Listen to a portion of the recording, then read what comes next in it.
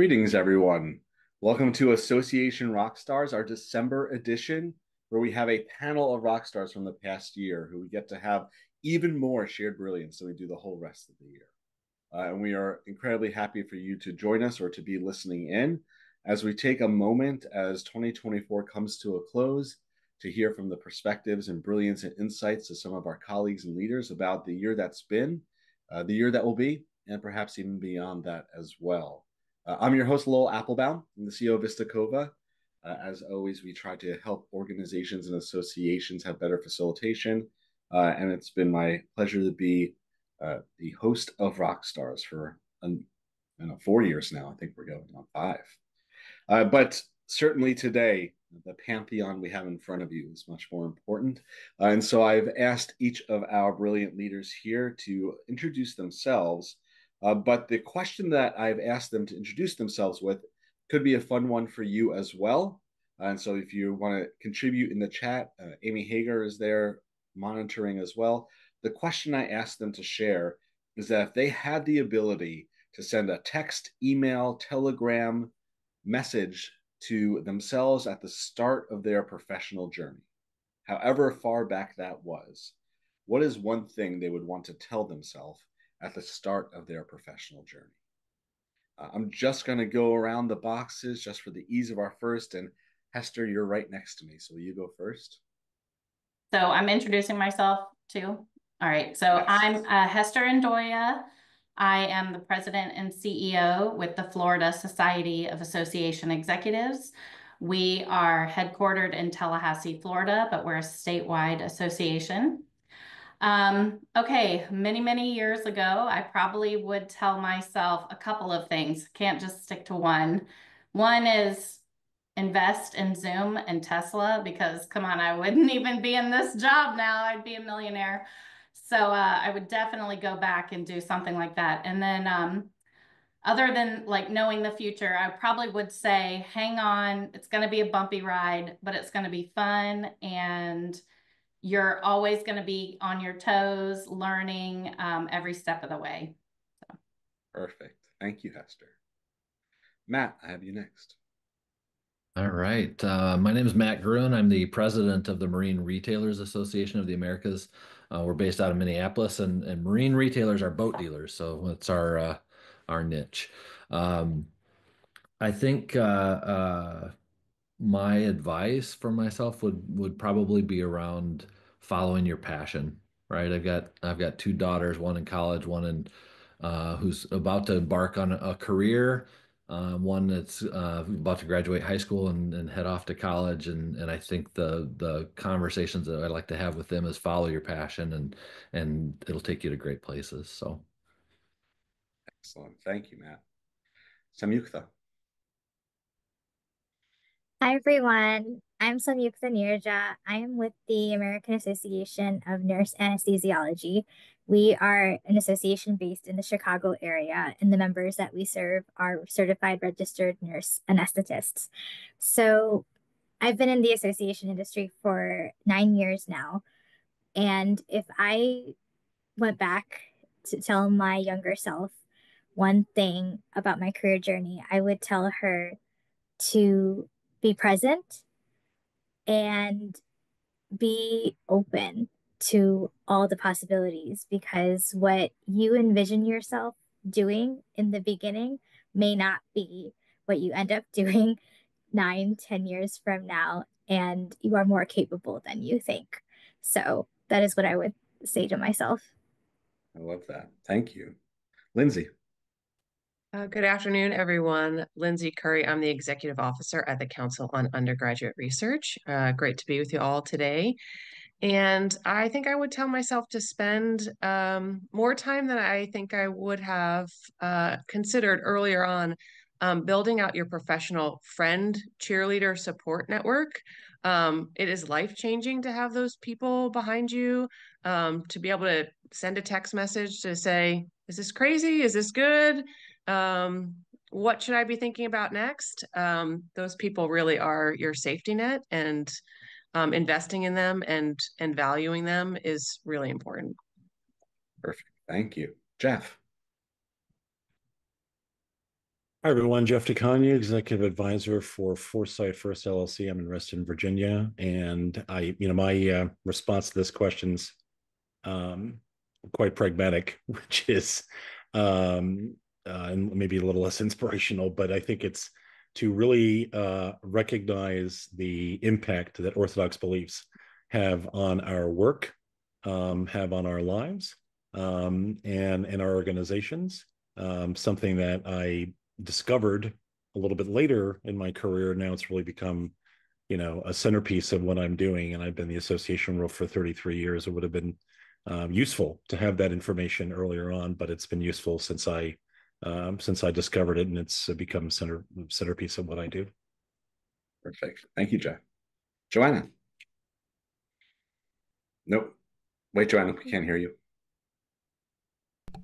There you go. Sorry, I'd muted. There we go. I'd muted on the mic because I thought I was making noise. What an honor to be here. I'm Joanna Pineda, CEO and Chief Troublemaker at Matrix Group International. We're a digital agency to associations and nonprofits. Lowell, I could write volumes about this because I feel like I could say lots of things to my younger self. But one thing I would say is when you travel, make sure you get out of the hotel. Go someplace, eat, see an amazing sight. Travel is so important to me today, and I think about all the places I've been, and in some cases, I can't tell you anything about the place. All I can tell you is that I was in a beige room, and that's a tragedy.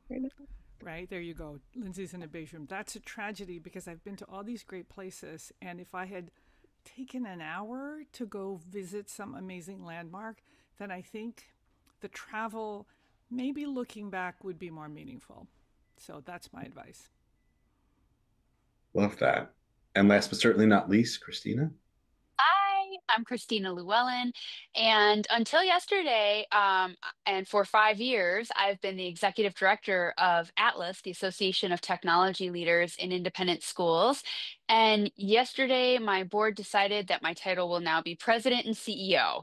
And I don't know what got the stick in their craw on that, other than, hey, thanks. Haven't changed. I still came into the same office, and it really hasn't changed much about what's going on, other than our organization is growing fast. We are adding a C6, and I think they just saw it as being more complex, and that is a better title to reflect what I do and the industry that I serve. So I really give my executive committee and my board a lot of credit for that.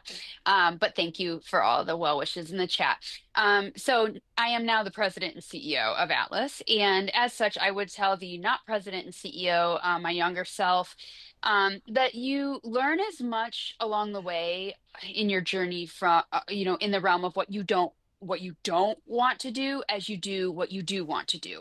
So looking at those who were in positions above me as I came up through, I thought there would be more like mentorship around what I would want to do should I ever become a CEO. And instead, I felt like most of the time I was actually logging what I did not want to do. And so I would tell my younger self that that's okay, and that will also serve you well in the future. Perfect. And then I rarely do this, but I think I want to answer the introductory question as well, just for fun, which is that if I had the opportunity to tell my younger self something, it would be that when you ask a question, be present for the answer. Because it is night and day between when you're not distracted, you make contact, right? And you are looking at someone and they feel that you are present with them when they answer, and when you don't. And that it takes no more time one way or the other, but the gradient of connection that happens and comprehension, if you're present when you're listening to an answer, is night and day. So I think that's what I would tell my younger self, to hopefully learn better earlier on. All right. I feel like we could just end here, and we've already had some good learning from everyone, but we're not going to end here. We're going to jump in. We know we are just mere days away from what has been, as always, a year of unexpected challenges and opportunities with highs and lows.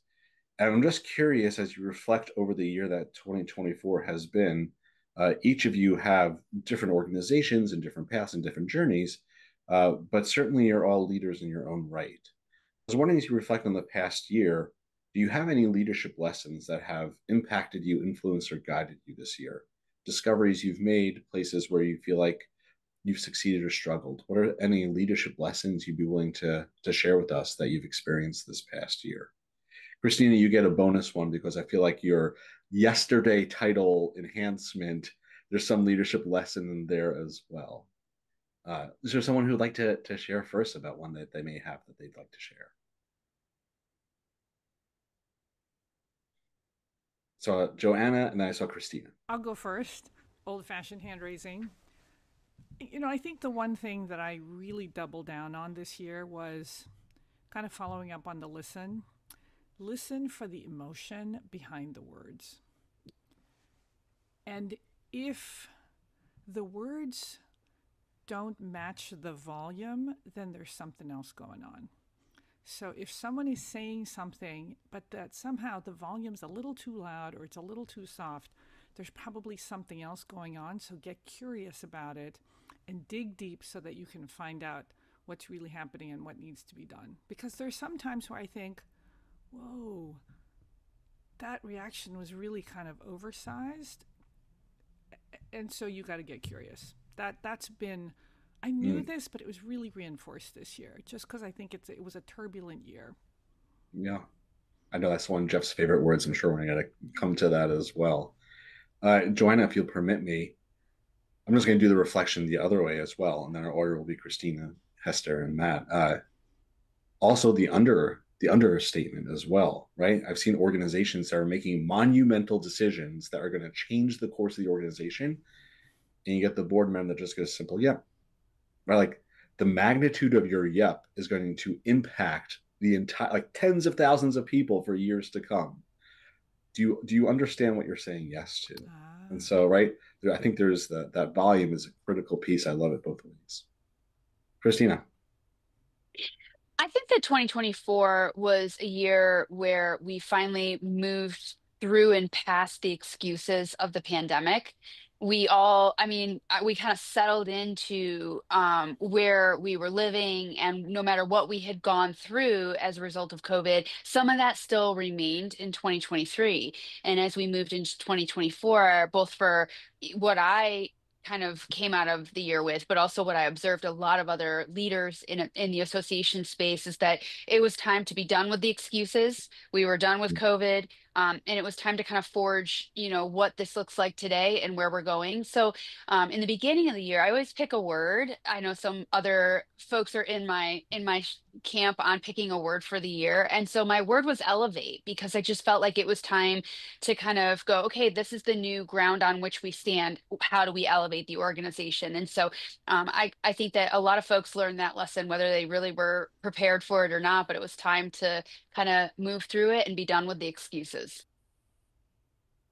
I love that. And I'm putting in the chat for anyone who's with us today that wants to share what is your word for 2025. It'd be great to hear some. Well, I have a follow-up question for you, Christina. Was that your personal word, or was it your word with your team?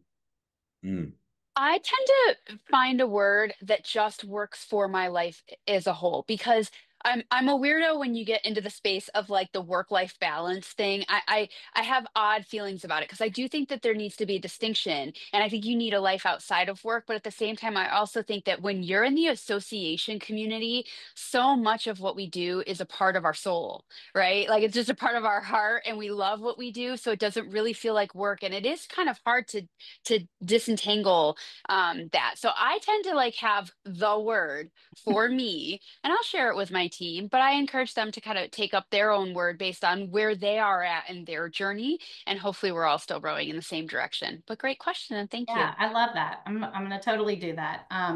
Well, I just wanted to share, I'm sort of new in my role. I've been at FSAE for about 17 years, so I'm not new to the organization, but I'm new in my role as president and CEO. And this year, I really leaned into my peers. That was a huge, huge asset for me this year, navigating my role, and not only like my peers in the larger association space, but even my peers within my association. I know FSAE is a little bit different than most associations because our members do what we do. They run associations.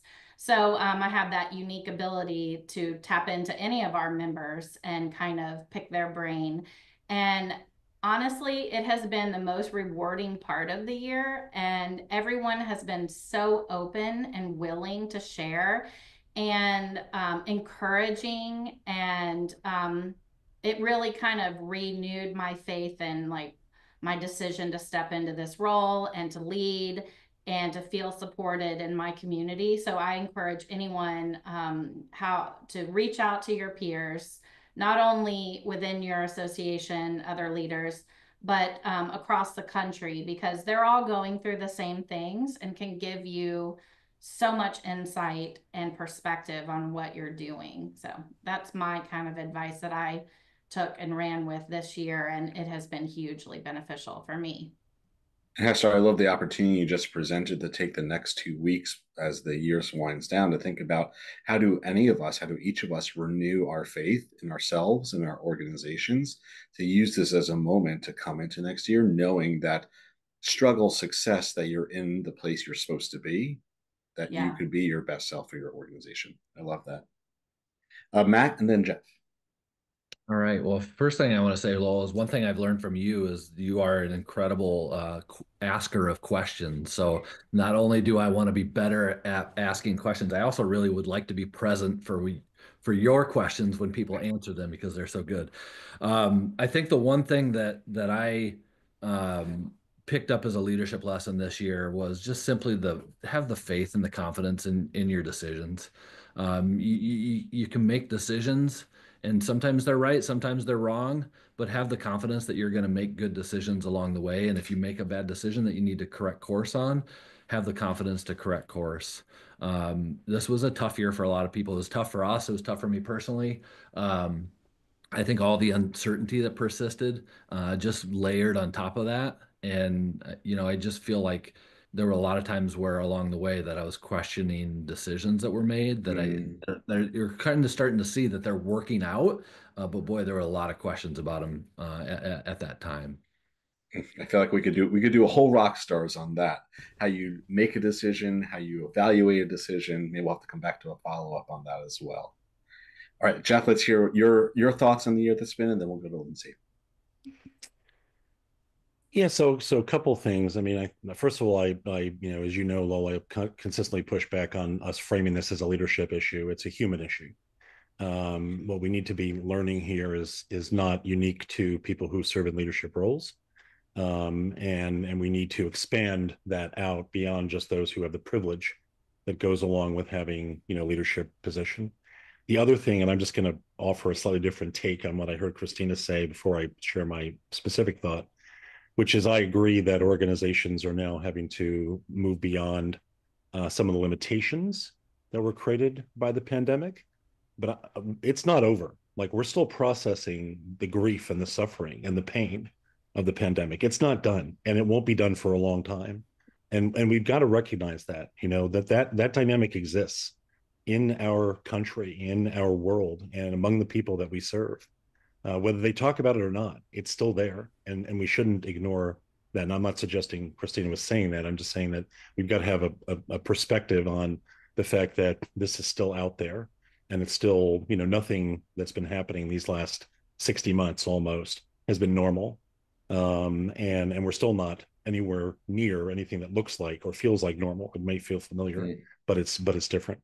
So the thing I think there's many. I mean, I can't pick a single word because I've literally written thousands of words this year, related to these topics. So there's not a single word that I can point to. But the phrases that are sort of on my mind going, thinking about 2024 and in some ways looking ahead to 2025. And it speaks to something you mentioned earlier, Lowell, which is this idea of attention as responsibility, that our decision makers and our organizations, particularly our boards, have got to understand that their attention is the highest form of responsibility they give to their role. That if they are not devoting their attention to the decision making that is going to affect long-term futures for people that they will never know personally, who are not in the room today, and whose futures are endangered if they are not attentive, that's going to be a problem. And so we've really got to think about it in that way. And so that the other phrase that I write about and talk about a lot is the idea of fit for purpose. We need boards that are fit for purpose. And so for me, the lessons that we should be internalizing for each of us is that our attention is a part of our responsibility to others, and that we should be internalizing for our organizations that we need boards that understand the task in front of them, and that is critical. And I hope that as we look toward 25, that we'll see more movement in the direction that we need for our community and for our world. What's beautiful, what you just, there's many things that are beautiful. Two things I heard in what you said, Jeff, that are beautiful. One is we don't wear grief externally. For many of us, that's a very intimate but real internal struggle we have. And if there was any type of loss during the first part of the 2020s, that doesn't go away in a moment or a month. And I'm lucky to do work with a lot of executives, and just Matt and I were in a similar room the other day with so many that were saying, default has been you just dig in and you push through it, and and the ramification of that is the grief that doesn't go away, right? It still sits in you. But I love where you ended it, right? Because there's the acknowledgement that they're still there, but the other side of that is, how do we seek hope, right? Like, how do we seek and focus on the potential and the positive that won't make the grief go away, but gives us something that hopefully brings energy to the future we want to see. And so the balance of those two things, both in your comments, was lovely. Lindsay. Yeah, so I think the jobs we get to do every day, it's a gift and a privilege to be able to create community, to be able to support professions, but it is hard. And Jeff and Christina were talking about the hard environments in which we are doing it. We are carrying teams on our back, we're carrying communities on our back. And so I really went into 2024 with an intentionality of, how do I not break my own back while I'm doing this? And what does that look like? Because I took this job with a sense of, oh my gosh, like I need to really deliver to this community to the point of extreme burnout, right? Which means I then cannot serve them. And made some really intentional choices about where I chose to spend my time this year. And that meant there were some places that I would have never imagined earlier in my career I would not be. ASA annual this year, I chose to not be there. I needed to be with my family. I needed to spend time with myself. And the profession that I serve is going to have an even more turbulent 2025 than it has had the last few years, which is almost unbelievable, but it will be. And so I have spent the last few weeks intentionally thinking about what my calendar looks like for the next year. Where am I going to spend time? Where am I already providing breaks, even hour breaks in a day, so I can have lunch, right? Because I will say the month of December, I missed more lunches than I'm comfortable with. And that means I'm not serving people well, even on a 15-minute phone call. And how am I going to support this community in the next year will be, right, providing rest breaks for myself, for my staff, with my family. And so preemptively going through my calendar for 2025 and figuring out where are those moments of breath going to be so I can continue to do this job and support the community so well. And so really thinking about that, is there some work you can do in the next 2 weeks to go through your calendar, whether it's a vacation, if that's what you need, whether for me, I found I really needed an appointment with a personal trainer this year because that was the only way I was going to spend the time with myself to care for myself so I could do the work. Figuring out what that means for you and trying to pre-plan that, because otherwise you're going to get burnt out and then have a month or 2 months before you can walk away to rehabilitate. And so thinking about that ahead of time, I think, is really important. That's wonderful. I have one, but Samyuktha, do you have one you want to share? Yeah, sure. I was actually gonna also share a little bit what Lindsay was saying about definitely taking breaks, definitely prioritizing rest and self-care, because I think that in a sense is leadership in its own, because you're also taking that leadership to realize, okay, I can't handle this right now, or I have to step back, because that helps, not only helps you, but those that you're serving. So that, because that way they know that you need to be able to refill your cup to be able to serve others and support like the community around you. So I've definitely like reflected on that this year, and also the importance of using my voice and being authentic to my core values, because for the longest time I thought, leadership was defined in a certain way, or leadership, there's only one definition of leadership, or there was a certain standard that you needed to meet in order to be a leader. But I learned that that was not the case. Leadership is evolving. The definition of leadership is always changing, and that you don't have to be in a certain role. You don't have to be necessarily in like an executive role to be a leader. Your voice matters at every role that you are in. So like I'm in a manager role, but I'm also like outside of that, I do a lot of DEI advocacy, DEI practitioner. I'm a public speaker in DEI. So that is where my leadership shines. That is where my authenticity, my core values really shine. So I really feel that um, whether it's in your career, whether it's your community, like leadership is always there. So that is something that I've really learned to embrace for myself. I love that. I don't know if I'm called to give one as well. So I don't know if I'm hosting or panel, but my leadership lesson for 2024 was I think mine was redefining what balance means. In my mind, balance has always been this like image of a seesaw, right? And balance has typically been defined for me as the seesaw at rest. But that is a false definition of balance, right? What balance actually means is sometimes it's like this, sometimes like it's like this, and that you have the proper support that it can go these ways. Sometimes you give more, sometimes you get more.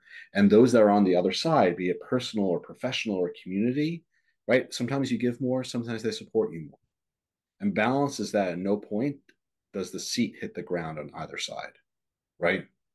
Balance is that flow, that it can go back and forth with giving and getting without it ever reaching the extreme of hitting the ground. And just for me, like in terms of like leadership lesson, like trying to find balance, that is a very different mental image of what it means, that it's not this perfect 50-50 in any relationship, right? In any environment. It's this that you give and get in a way that supports those that are supposed to be your partners. As we look to, that was the year that's been, as we look to the year that is to be, I'd love to hear from some of you what conversations that you think association leaders, current or future, need to have in the year that's coming, right? What is an essential conversation?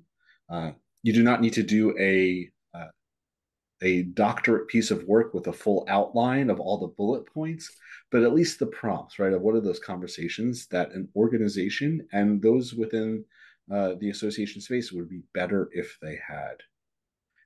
Jeff, do you want to go first for this one? Yes, thank you. I want to point to a couple of things that I've written, one of which I can share here, and the others coming out on Thursday. So the first one is I wrote an article for Association Chat magazine in November, and the title of the article is "The Association Community Needs a Different AI Conversation Right Now." And I believe that very, very strongly. That, spending a lot of time, as I do, observing what's going on in the AI space, following a lot of different voices on this topic, doing my own learning and research on this as I've been doing for the last 10 plus years.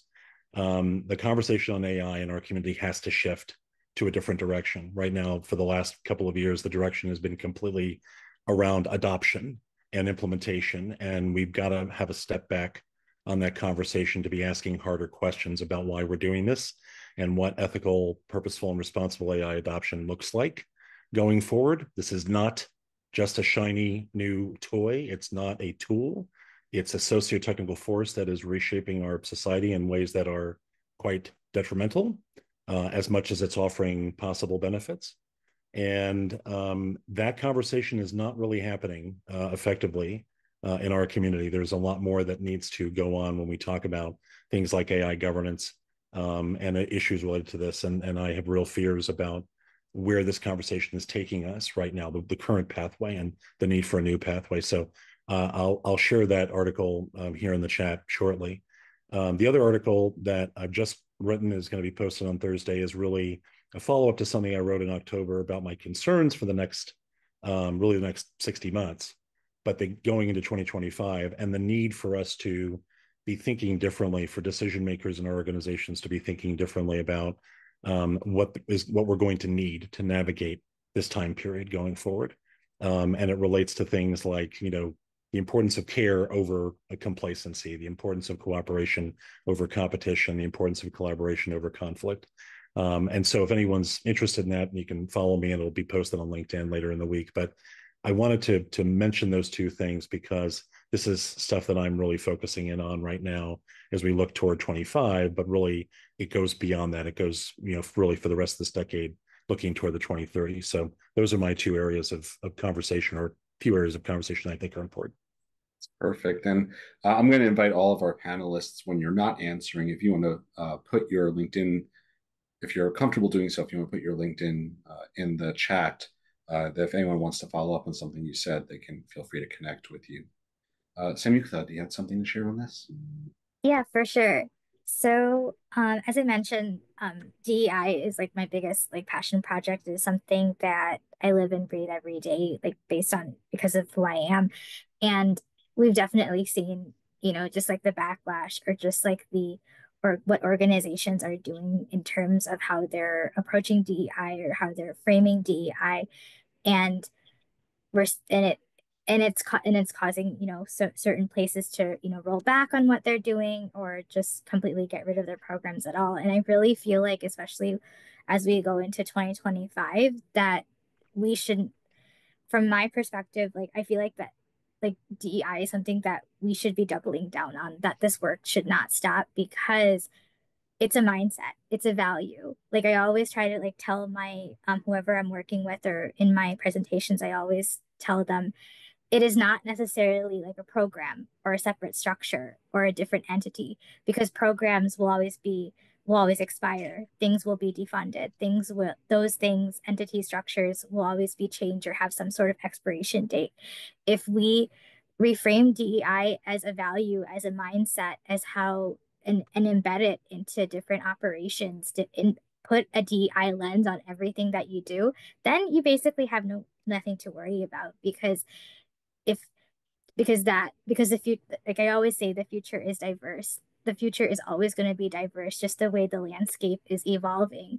So I always say that if organizations want to be relevant with these times, they have to keep up. They have to really incorporate those inclusive, equitable practices and really make sure that everyone has that voice and everyone is being represented in all areas. So I think that is something that organizations should prioritize or should really think about.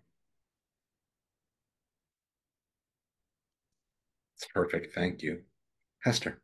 Yeah, I was just going to share a little bit of a different perspective. I think that going forward in 2025 and, even moving into the next decade, really, I know most associations do this, but I think we have to remind ourselves to be very present and listen to our members and what are they needing, and be willing and open to innovate and be that testing ground.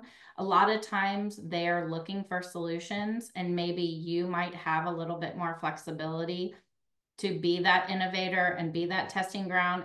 You may fall flat, but it might be a success for them, and it might be something successful that they can pick up and run and be a solution for them. So I think being able to allow your team and your staff and your association to be creative, give them that space to be innovative, to come up with new ideas, by listening to what your members are saying, that is going to help transform your association and keep your association relevant in the future. So, I mean, it's not anything we don't all know, but it's a good reminder. I feel I have to always tell myself.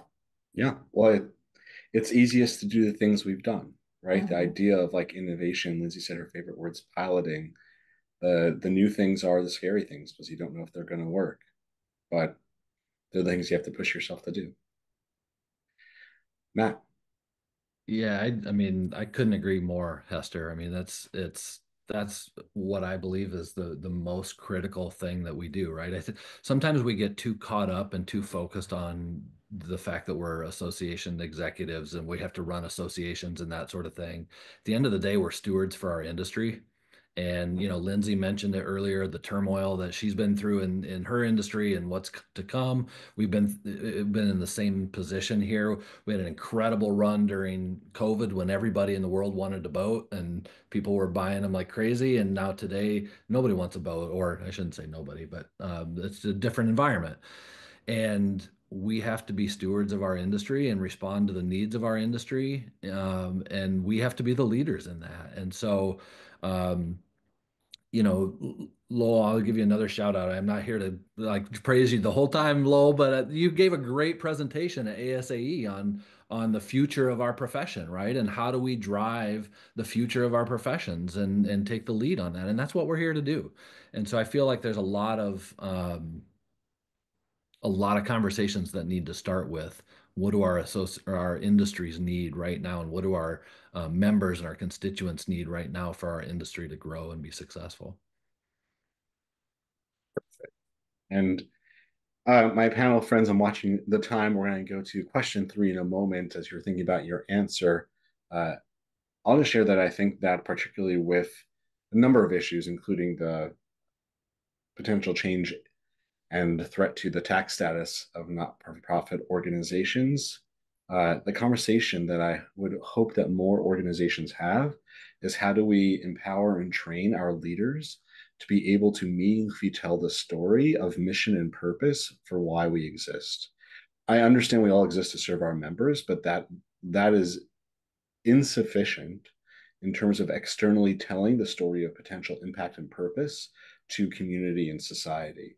So how do we translate the purpose of our organizations to the better world that they create in a way that all of our organizational leaders can tell it authentically, emphatically, passionately, in a way that hopefully raises the profile of why our organizations need to exist at all? That would be my desire to see a conversation. We have a little bit of time left, so I'm going to ask one more, and then we'll get to some hopefully good wrap-ups. So we talked about 2024. We talked about now 2025. It's interesting that we're at sort of the halfway point here of the decade. So we have, as Jeff said, 60 months, 5 years in front of us. From your perspective of where you sit today, what do you think is going to be a critical area of focus to be a successful leader in this nonprofit association realm in the coming years? What do you think will be an essential quality or strength, skill, or approach that you think that the leaders that we need for the coming half decade will see? We'll start with Christina, and then we'll go to Joanna. Yeah, thank you. I think a lot of folks on this call know that I'm an advocate for being intentional about the workplace that you create. And I think that in the next part of the decade here, and in the next 5 years, more of us are going to have to be really clear about what kind of workplace we're generating and creating and facilitating and fostering. And I hate some of the buzzwords around it, but we do need to be intentional. I think we need to think a lot about culture and solidifying the culture that we want to promulgate moving forward. And, we don't have to do it the way that it's always been done. Obviously, I may be on the extreme of how I operate, but I think that there's a lot more interest in how I do things than we would think, right? So I get a lot of phone calls, and because my staff only works 4-day work weeks, I spend a lot of my Fridays on the phone with many of my peers, asking how I do it and how I manage it. And I think that more of us are open to it, and we just not need to, not be afraid of giving things a try. And if you're not in a position where you're in charge of setting the benefits package or the work week schedule, demonstrating to your leadership that this can be an effective and efficient way to work is something that I do think you can drive from the grassroots level up. We can put that healthy pressure within our departments or at a lower lower level, the rank and file in the association, and nudge it upwards toward the leadership, I do think it's possible. And I think we're going to see a heck of a lot more of it in the next 5 years. Perfect. Thank you. I have to do the plug.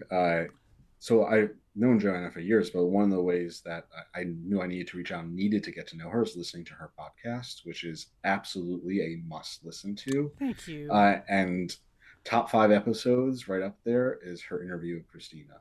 And if you want to get like a feel of like what Christina is talking about, that she does things differently, Joanna asks amazing questions. Christina is a great, I mean, you got a 1-2 hit that you should not miss. Yeah. Joanna, if you want to, I don't know if you want to put in the chat the podcast or even that episode, but yeah, I'll definitely put that in the chat. It's a fantastic episode, and I think that it's really a testament to the creativity that Christina is putting into the organization and thinking about what does it look like to be a leader of tomorrow. Lowell, I want to tell you guys about a meeting that I had with a client last year. He said, Joanna, I want to come see you. Sure, no problem. He came to see me and he said, I'm retiring. And I said, oh, okay, well, congratulations. And he said, I'm retiring because I don't know how to be a leader in this hybrid world. It was very interesting. He said, I'm a go to the office kind of guy. And as we're moving into hybrid, I don't think I'm the leader that this organization needs, so I'm retiring. Man, I went back to my team and I said, have we thought enough about what leadership looks like in a hybrid world? And then actually we've expanded the conversation to say, what does it look like in a post-pandemic, hybrid, AI-powered world? I got a lot to say about this, but I'll say one thing. I think we need to think about the human aspect of this. And I think I'm going to echo what Jeff talks about and what Christina talks about. So I think, for example, when we think about AI or we think about workplace, we talk a lot about the tech, but I think we have to listen to the emotion. So when somebody says, gee, we should be hybrid, or I want to be remote, is it just about the tech, or is it really just about the convenience of the staff, or is there emotion behind it? And do we really care about the quality of life of our staff, right? Like, I think about how maybe 10 years ago, I would have felt guilty about working from home and sticking a load of laundry in, like after a meeting. But today I think I'm going to do the Pomodoro method and I'm going to work straight for 25 minutes and then I'm going to stick a load of laundry in. And it means that at the end of the day, I'm actually a much more sane person and able to be present for my children, for example. But I also think about how, like with AI and thinking about what Jeff is saying, there's a lot of fear. So are we just focused on the tech and adoption? Or are we also talking about like identity? What does it mean if I'm a designer and sometimes I get a lot of help from AI? Are we helping our staff really kind of navigate issues related to identity and job loss and jobs changing? So I'm thinking about a lot of this stuff. I don't know that I have answers, but I think that the best leaders will think about those things and make sure that their staff is front and center and that they're thinking about the human elements of these challenges. Perfect. I love how you're building off of each other. Yeah. Lindsay, I know that Christina had said something that sparked something for you. Oh, and I have an amazing episode with Lindsay and an amazing episode with Jeff. So I'll put all of put those them all in the Put them all in. Right? Just subscribe to Joanna's podcast. Yes. You'll get them all. Thank you. I think it'll build right off of Joanna's too. And I will say, right, these are two brains that I love to spend time with because they challenge me to think about things differently. And I think that ties into what I wanted to say is really considering, right, and calling to the carpet how you're defining expertise in the profession that you are supporting. I actually really dislike the word expert. I think it is really looking backwards versus looking forwards. I think experts of the future are people who are continuously learning and bringing in new ideas and are open to the challenges. And so I think thinking about how are your structures built around expertise and how are you challenging them? I think Christina was talking about the workplace. I hate the traditional workplace. I will never work in an office again if I can avoid it. Actually, I will avoid it. That will be a personal choice, right? How I value my staff, what supports I have for them. But then as you're talking about, the profession you serve, what does professional development look like? We have a very concrete idea of it's going to be a conference, it's going to be a webinar. It is not for the next generation. For those of you that do not have the pleasure of a 13-year-old child in your house, and it is a pleasure most days, constantly challenging me about what learning looks like, where you get information, what they deem as expertise. That is going to be what we need to feed to our associations, and we need to think about the structures that support that, or eliminating structures so we don't overly subscribe to a thing. And so really considering what that nimbleness, what expertise looks like, and thinking about how you will bring that into your organization.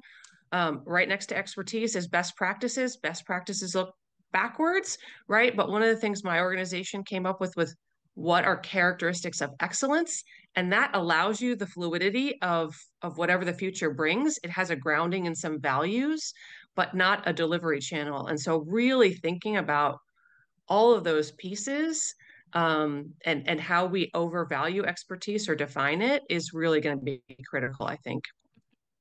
Love that. Well, then we'll go to not an expert, but a brilliant mind. Jeff, do you have something to share as well? I'm glad Lindsay went in that direction, because I recently, sat with a board of a major, scientific society, just within the last 10 days, and had some conversations with some of their board members. And one of the things I came with, and these are people who legitimately can be called experts, right? And bring significant expertise to things, but also bring great compassion and empathy to their work. And they're worried about the next 60 months and what happens after that. They're worried about, as one of them said to me, living in a post-truth world and a post-reality world. So I've got real concerns. I unfortunately, by virtue of the job that I do, find it hard to fly very, high with extensive levels of optimism as I look at the next 60 months. I feel, taking in a lot of information, have to sort of look at it through a different lens and have to sort of operate within the continuum between pessimism and optimism, and figure out how to place myself on a daily basis and help others do the same thing in the work that I do. But I think I'm not going to choose a word here. Let's see a lot of people putting their words in the chat, but I think, we've got to have different words. And really, again, this is a human condition, as Joanna said. And I love the fact that Matt brought, stewardship into that, because I do believe this is a stewardship issue, even more so than leadership issue going forward, especially for our board. So I think the next 60 months are going to be quite challenging, intensified and amplified turbulence that we've already been seeing in the first 60, and the next 60 are likely to be more of that and then some. And I think we have to be ready for that. And I'm not sure that we entirely are, but I hope that we will take it seriously to get there. And as I prepare my panelists to move to our closing question, I'll add one that I don't know how to do this, but my reflection for the coming half decade, if we want to see successful leaders in our space, are going to be those who are able to develop the expertise to help others feel seen for who they are and what they need. The more that we address groups, communities, cohorts as a whole, each of us are experiencing very real and individual pieces of our journey, and the places where we feel seen on that journey, that we feel that someone is seeking to understand, recognize, be our partner on that journey, be our support. Those are the places that we want to give back our time and give back our energy and give back our voice. Successful leaders that are able to shape systems that help those that you want part of your community to be seen for who they are, what they need, and where they're going. I think that's going to be the definition of loyalty. I think that's going to be where the moments of connection are going to come from. I'm not yet sure how to do that in a systematic way, but I think that's one thing that we need. All right, time has really flown by, and so we're going to do just one final go around as we come to the end of Rockstars for the year. I asked our panelists to give a thought. As we go into the next 2 weeks, and hopefully everyone's taking a little bit of time to rest, recover, and reflect, I've asked if they could give one question that they would put on the table for everyone who's listening in for your consideration, a question that you could take back and think about over these coming 2 weeks, so you come back next year with greater perspective and hopefully greater success. If there was one question, what question would you give to our audience today? Is there someone who would like to go first? I'm hoping for this one everyone will go. We'll see. Is there someone who'd like to go first? Matt, I see your hand. Yeah, I can go. Thank you. I think great question. So I have a friend, colleague in our industry who I'm stealing this question from, but the question is, are you a knower or are you a learner? And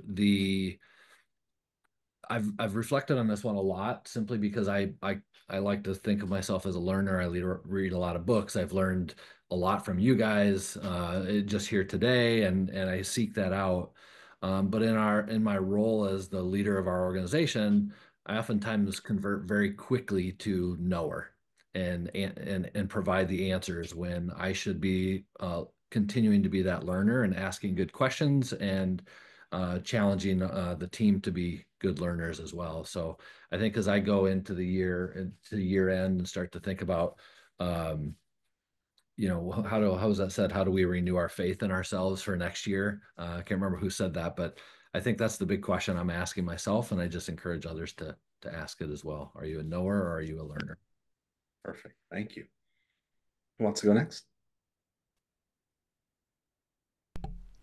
I'll go. As we go into 2025, I'm sure a lot of organizations are talking about the things they're going to do. So the question I ask my team is, what should we stop doing? Mm-hmm. Because, man, we just can't get rid of stuff. And then we just pile on the work, and then we're doing things. And at some point, someone's going to say, why are we doing this? It's not bringing in money, or people don't seem interested, or it just doesn't seem to be moving the needle. So the question is, what should we stop doing? And then if you can have an honest conversation, you make the room to do the things that you should be doing. So this is a hard conversation, but I'm also asking that of myself personally. Perfect. Love that. Christina? I think in particular for those of us who are in the top CSE position, we probably need to ask ourselves if the investment that we've made in our governance is reflective of what's going on in our organizations. And you can just really never take your eye off the ball when it comes to investing in healthy governance and making sure that the governance is evolving. And I see there a lot of our peers, I think we're going to see some CEOs without jobs that are kind of shocking, and that there's turnover that we didn't expect, and some of that can all come down to whether or not everyone is aligned on the governance front. So there's just never a big enough investment in healthy governance. So I think those of us who are in these types of leadership roles need to ask ourselves in 2025 and beyond, have I done what I need to do to reflect the governance needs that we have today? Excellent. Lindsay? I think we talked about a lot of things to worry about for 2025. And so I'm going to challenge everyone to think about how and where are you going to incorporate fun? Because if we do not have fun, you are not getting through the rest of this decade, let alone the rest of next year. So at home, at work, wherever you need to, like, what are you doing that's going to be fun? Excellent. Hester? Yep. I'm kind of along the same lines, Lindsay. I was going to say, how do we continue to create a welcoming and inclusive environment at in our meetings, in our association, in every aspect that we do? That's a big thing for us here at FSAE. And so I would challenge everyone to kind of think, how do they do that at their own associations? Perfect. Samyuktha? And to add off of Hester's point, I would say also, especially like as in the last few years, people have focused on, bringing more diverse representation and also the inclusion aspect of it.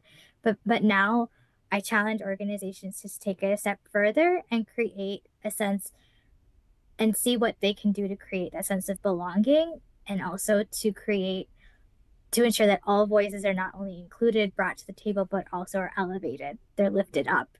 They're represented in all areas. So that's my question. Like, what are the associations doing next for that? Love that. Jeff. I will give the same question that I think we ended our conversation on in February, and I'm pretty sure it's the question I ended my conversation on with Joanna during our podcast, and it's the question that I ask all the time of boards and think about all the time in my own work, which is, what will our successors say about us? Because in 60 months or 72 months or 120 months time, there will be people in our communities, our professional and industry communities and the association world, who we will never know, who will evaluate what we did in 2025 or what we didn't do in 2025 and the following years. And did we demonstrate that we actually cared about what happened to them? And I think that, this, as I said, the preoccupying question in my professional life, but something now that I'm encouraging everyone, every board, every decision maker in our community, every contributor, to be asking themselves as well: are we doing everything we can to leave our organizations better than how we found them for those who will follow us? And if we're not, what are we going to do differently? And I think that, if we start asking more fully what our successors will say about us, not what's our legacy, right? That not the story we want to tell about our hero's journey, but rather what they will say in the future about what we've done or haven't done. I think that's going to be a much more important conversation, important way of thinking for all of us. And it's a great question for us on which to reflect as we look toward 2025. I love that. And I'll just round out by saying, the question is how do we in the year ahead do a better job at authentically and meaningfully expressing gratitude for the people that in our lives make us better, stronger, and enable us to success. The people that do often aren't looking for the thanks, but they're the ones who most need it. And doing so in a meaningful way is a place of energy replenishment that may not be as fun may be, but can be a place of giving that is meaningful as well. And so let me express that authentic gratitude to each of you for sharing your wisdom and perspective, not just once, but twice this year, and for really being willing to share with us and share with each other. And so thank you to all of you, my panelists, for being here and for sharing your wisdom today, as well as a word of sincere thanks and gratitude to the larger Rockstars community, to all of you who tune in to learn alongside me from these brilliant brains that come to the table. Looking forward to more opportunities in the future. Certainly, if you know those who we should be learning from, you want to send in their names to Amy or to myself. We look forward to more of these opportunities in the year ahead. Until then, we're wishing everyone to have a safe, a healthy, a happy, a joyful, a fun, a reflective, and meaningful end to this year. And we look forward to being with you in the year ahead. Until then, Association Rock On. Thank you, everyone.